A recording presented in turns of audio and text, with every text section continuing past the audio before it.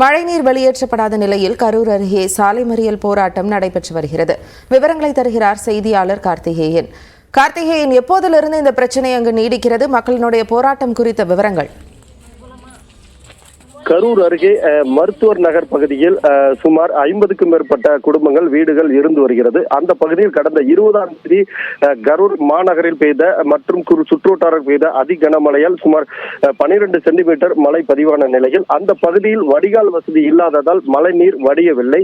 தற்போது வரை கிட்டத்தட்ட மேலும் அந்த மழைநீருடன் சாக்கடை கழிவு நீரும் சேர்ந்து வீட்டை சுற்றியும் வீட்டுக்குள் தண்ணீர் புகுந்தும் மக்கள் சிரமப்பட்டு வருகின்றனர். குறிப்பாக அந்த பகுதியில் உள்ள பெண்கள் குழந்தைகளை வைத்துக் கொண்டு மற்றும் கர்ப்பிணி தாய்மார்கள் அந்த பகுதியில் அதிகமாக உள்ள பகுதியில் அந்த தண்ணீர் 2 நாட்களாக வடியாததால் மற்றும் ஊராட்சி நிர்வாகம், அதாவது தாந்தோன்றிமலை ஊராட்சி ஒன்றிய ஆண்டாங்கோவில் மேற்கு ஊராட்சியைச் சேர்ந்த அந்த அரசு அதிகாரிகள் மற்றும் ஊராட்சி நிர்வாகம் சார்பில் தற்போது வரை 2 நாட்களுக்கு மேலாகியும் தண்ணீர் வடியாத நிலையில் வந்து ஆய்வு செய்யவில்லை. தண்ணீரை வடிவமைப்பதற்கான எந்த ஒரு நடவடிக்கையும் மேற்கொள்ளாத நிலையில் காலை 8 மணி முதல் தற்போது கரூர் டு ஈரோடு சாலையில் அந்த மருத்துவர் நகர் முன்பாக பேருந்து நிலையம் முன்பாக கிட்டத்தட்ட 100க்கும் மேற்பட்டவர்கள் சாலை மறியல் போராட்டத்தில் ஈடுபட்டு வருகின்றனர்.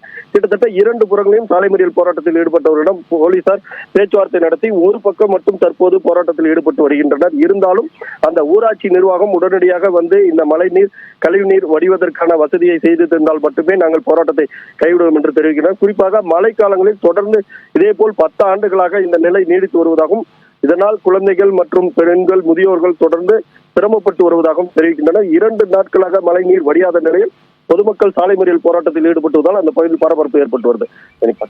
மக்களின் பிரச்சனைகளை தீர்ப்பதற்கு அரசு நடவடிக்கை எடுக்கும். அதற்கு இந்த பதிவு உதவும் என நம்புவோம். விவரங்களை அளித்தமைக்கு நன்றி கார்த்திகேயன்.